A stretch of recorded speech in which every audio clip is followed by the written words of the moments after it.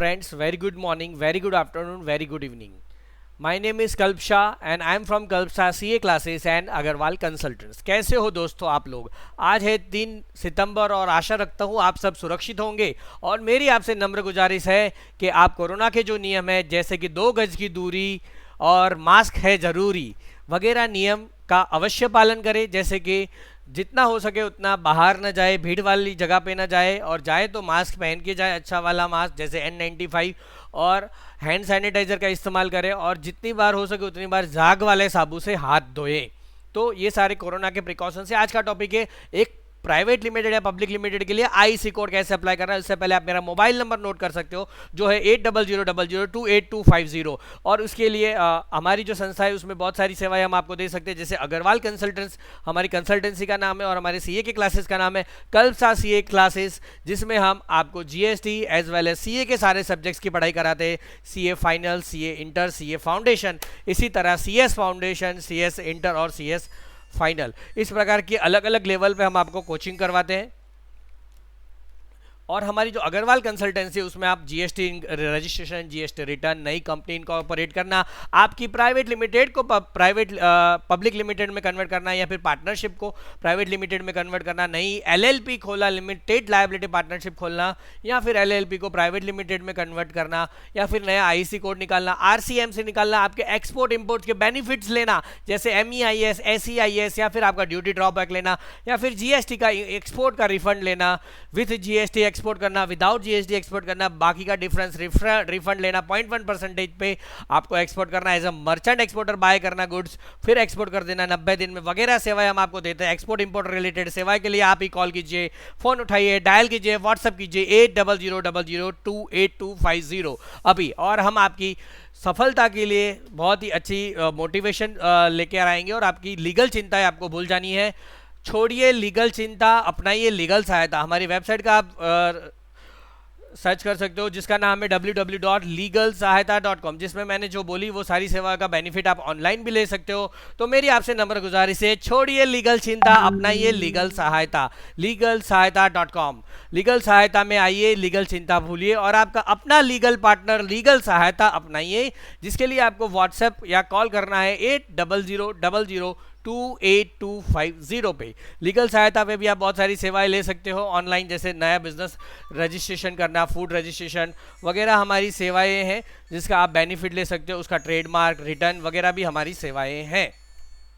तो दोस्तों अब हम आईसी कोड पे प्राइवेट लिमिटेड के लिए कैसे अप्लाई करना वो देखते हैं। तो सबसे पहले आपको लॉगिन करना है डीजीएफटी की वेबसाइट पे। डीजीएफटी में आप लिखेंगे डीजीएफटी, गूगल पे लिखो या फिर dgft.gov.in पे जाओ, वहाँ पे आपको लॉगिन पेज मिल जाएगा। यहाँ पे से आपको लॉगिन करना है, ठीक है। लॉगिन आईडी पासवर्ड क्रिएट कैसे करना है उसके लिए मैंने सेपरेट वीडियो बनाया हुआ है। आप लॉगिन करोगे तो यहाँ से लॉगिन करना है, ईमेल आईडी आपका लॉगिन आईडी रहेगा, पासवर्ड आपका पासवर्ड रहेगा, और रजिस्टर यहाँ से कर भी सकते हो, ठीक है। अगर आपने नहीं किया है तो वो शॉर्ट में मैं बता दिया, नाम वगैरह डालना, ईमेल आईडी, मोबाइल पे एक ओटीपी आएगा, पिन कोड वगैरह डालना, इजी है, उसमें कोई प्रॉब्लम नहीं है। अब अप्लाई आईसी करना है आपको। सबसे पहले होम में जाके अप्लाई आईसी में यहाँ पे स्टार्ट फ्रेश एप्लीकेशन करना है। स्टार्ट फ्रेश एप्लीकेशन में करके सबसे पहले आपको इसका नेचर ऑफ कंसर्न में प्रोप्राइटरशिप, पार्टनरशिप में आपको प्राइवेट लिमिटेड पसंद करना है। फिर आपकी प्राइवेट लिमिटेड फर्म का नाम डालना है। उसके बाद आप कंपनी का नाम यहाँ पे डालते हो, फिर इसका एक परमानेंट अकाउंट नंबर डालते हो। परमानेंट अकाउंट नंबर कंपनी का अलग होगा, उसका नेम एज पर पान डालते हो, और उसका डेट ऑफ इनकॉर्पोरेशन डालते हो। डेट ऑफ बर्थ नहीं आएगा, कंपनी कोई इंसान नहीं है तो उसका कोई डेट ऑफ बर्थ हो सकता है। फिर उसे आप डालोगे तो फिर आपको ऐसा बोलेगा पान वैलिडेट सक्सेसफुली, यानी कि आपका पान नंबर और आधार कार्ड में जो नाम है वही आपने डाला होगा, तभी ये मैच होगा। फिर कैटेगरी ऑफ एक्सपोर्ट में मर्चेंट एक्सपोर्टर या मैन्युफैक्चरर एक्सपोर्टर, मर्चेंट का मैन्युफैक्चरर एक्सपोर्टर, सर्विस प्रोवाइडर या अदर्स डालना है।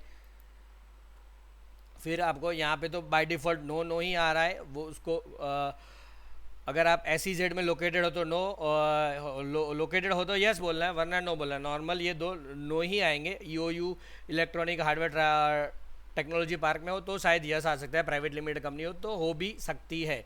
फिर आपको कंपनी का सिन नंबर डालना है।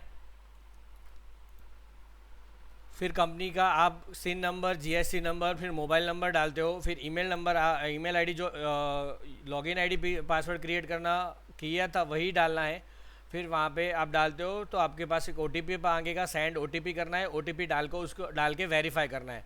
उसके बाद आपको please upload a proof of establishment. इसमें आपको कंपनी इनकॉर्पोरेशन का जो सर्टिफिकेट ऑफ इनकॉर्पोरेशन होता है वो अपलोड करना होता है, या registration for the given entity. The supporting document is mandatory for partnership, registered society, trust, HUF others. यानी कि ये रजिस्ट्रेशन का डॉक्यूमेंट आपका इंडिविजुअल के अलावा जो भी होता है उसके लिए ज़रूरी है, चाहे आपकी पार्टनरशिप हो, सोसाइटी हो या ट्रस्ट हो।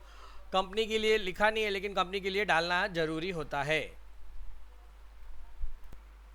जी हाँ, मैंने यहाँ पे OTP से मोबाइल नंबर वेरीफाई कर दिया है। यहाँ पे सर्टिफिकेट ऑफ इनकॉर्पोरेशन को मैंने अपलोड कर दिया है। एक ही डॉक्यूमेंट अपलोड कर सकते हो, दोबारा अपलोड नहीं कर सकते। फिर यहाँ पे आपको फर्म डिटेल्स डालनी है, एड्रेस, फिर उसका जुरिडिक्शन एरिया वगैरह डालना है, और यहाँ पे आपको उसका एड्रेस प्रूफ अपलोड करना है, जैसे रेंट एग्रीमेंट, लीज एग्रीमेंट वगैरह आपको अपलोड करना रहता है।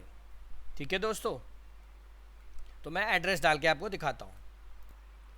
जी हाँ, पहले आपको यहाँ पे एड्रेस डालना है। नॉर्मली जो अब के बाद के स्टेप्स है वो एड्रेस जो नॉर्मल में डालते हैं, इसी तरह नॉर्मल में जो इंडिविजुअल का या प्रोप्राइटरशिप का IC अप्लाई करते हैं समय जो एड्रेस डालते हैं, इसी प्रकार से एड्रेस डाल के उसका एड्रेस प्रूफ अप्लाई करना है, अपलोड करना है। लेकिन सिर्फ आप इंडिविजुअल यानी कि प्रोप्राइटरशिप हो तो ही एड्रेस प्रूफ में आधार कार्ड, पासपोर्ट या वोटर ID चलता है। लेकिन अगर आप प्राइवेट लिमिटेड कंपनी हो, पार्टनरशिप फर्म हो, ट्रस्ट हो, तो आपको रेंट एग्रीमेंट या फिर सेल डीड अगर आपका खुद का है तो इलेक्ट्रिसिटी बिल या प्रॉपर्टी टैक्स का बिल अपलोड करना पड़ेगा। और रेंट है तो रेंट एग्रीमेंट प्लस आपको ओनर के नाम का इलेक्ट्रिसिटी बिल या प्रॉपर्टी बिल डालना पड़ेगा। सिर्फ रेंट एग्रीमेंट नहीं चलेगा, क्योंकि समझ लो कि छगन मगन के साथ रेंट एग्रीमेंट कर रहा है तो छगन लैंडलॉर्ड है और मगन टेनेंट है, तो छगन किस हैसियत में, किस औकात में रेंट एग्रीमेंट कर रहा है, उसकी औकात दिखाने के लिए उसको खुद का इलेक्ट्रिसिटी बिल देना पड़ेगा, या प्रॉपर्टी टैक्स या सेल डीड या इंडेक्स की कॉपी देनी पड़ेगी।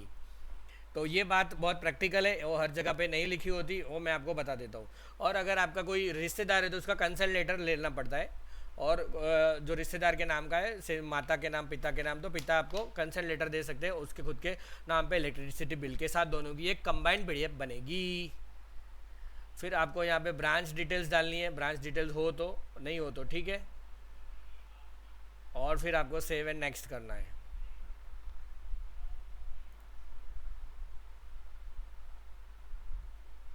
सेव एंड नेक्स्ट करते ही आपको डायरेक्टर के पैन डिटेल्स पे आ जाओगे। फिर डायरेक्टर का सारा डिटेल्स आपको डालना है।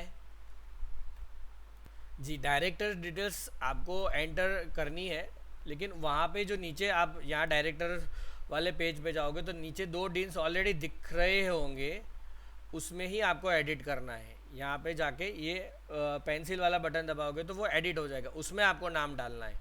ठीक है दोस्तों, इस तरह से आपको डायरेक्टर की डिटेल्स फिल करके फिर उसे अपडेट कर देना है, क्योंकि प्राइवेट लिमिटेड में डिटेल्स उसका डिन नंबर नीचे ऑलरेडी दिखेगा आपको, जितने भी डायरेक्टर है, तो आपको अपडेट कर देना है।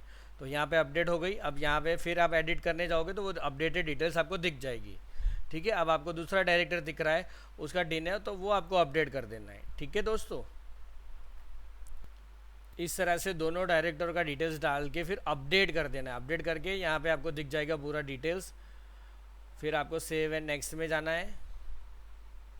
सेव एंड नेक्स्ट करके आपको बैंक का अकाउंट नंबर, अकाउंट होल्डर का नाम, IFSC code, bank account details और उसका कैंसल्ड चेक आपको अपलोड कर देना है।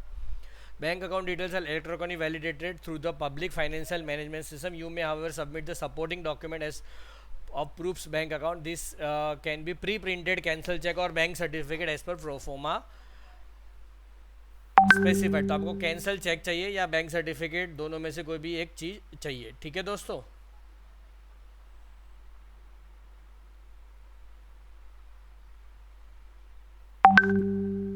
तो दोस्तों इस तरह से प्राइवेट लिमिटेड का पूरा फॉर्म भर दिया है मैंने, बैंक डिटेल्स डाल दी है। फिर आपको इसमें यहाँ पे एक और डिटेल्स डालनी होती है जो नॉर्मल होती है। आपको इंपोर्ट करना है, एक्सपोर्ट करना है।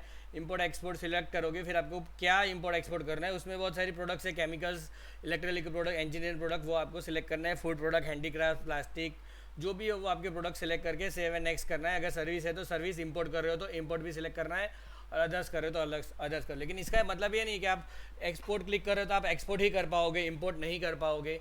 आप एक्सपोर्ट भी कर पाओगे, इंपोर्ट भी कर पाओगे। क्योंकि ये कोड का नाम ही है एक्सपोर्ट इंपोर्ट कोड। ऐसा नहीं लिखा हुआ है कि सिर्फ ये एक्सपोर्ट कोड या इंपोर्ट कोड, वरना तो दो कोड अलग बनाते हैं ना वो लोग, कि एक एक्सपोर्ट कोड और एक इंपोर्ट कोड। यहाँ पे सारी प्रोडक्ट सिलेक्ट कर लेता हूँ मैं, जो भी आप सारी प्रोडक्ट भी सिलेक्ट कर सकते हो। और हमारी वीडियो से कोई भी बंदा नॉनवेज प्रोडक्ट का एक्सपोर्ट नहीं करेगा, करेगा तो यहाँ से इस वीडियो से get out right here right now, get out from my channel. यहाँ से कोई भी बंदा नॉनवेज प्रोडक्ट एक्सपोर्ट नहीं करेगा। आप मुझे वादा दो तो ही मैं वीडियो एक्सपोर्ट इंपोर्ट के बनाते रहूँगा, और ऐसी कोई प्रोडक्ट सिलेक्ट भी नहीं करेगा। सेव एंड नेक्स्ट करना है, मैंने एक्सपोर्ट इंपोर्ट दोनों सिलेक्ट कर दिया है। ऐसे यहाँ पे फॉर्म आ जाएगा, फिर आपको एड्रेस डालना है और सेव एंड नेक्स्ट करना है। सेव एंड नेक्स्ट करोगे फिर आपको यहाँ पे प्रीव्यू आ जाएगा। यहाँ पे प्रीव्यू करके आप पूरी एप्लीकेशन में क्या क्या भरा वो इस तरह से एक पीडीएफ फाइल में देख भी सकते हो, और उसमें कोई डिटेल्स आपने गलत भरी हो तो आप चेक करके फिर अमेंड भी कर सकते हो, यानी कि सुधार भी सकते हो, उसमें भूल हो गई। फिर यहाँ पे आपको साइन करना है। साइन करने के लिए आपके पास दो ऑप्शन है, आधार कार्ड है और डिजिटल सिग्नेचर है। तो आप आधार कार्ड से भी साइन कर सकते हो या डिजिटल सिग्नेचर से भी साइन कर सकते हो। ठीक है दोस्तों, तो मैं यहाँ पे प्रोसीड पे बटन दबाऊंगा, लेकिन अभी आधार से ई साइन नहीं हो रहा है तो मैं अभी चेक कर। उसके बाद आपको सिर्फ पेमेंट कर देना है। पेमेंट की अभी आधार आज ई साइन कर देता हूँ।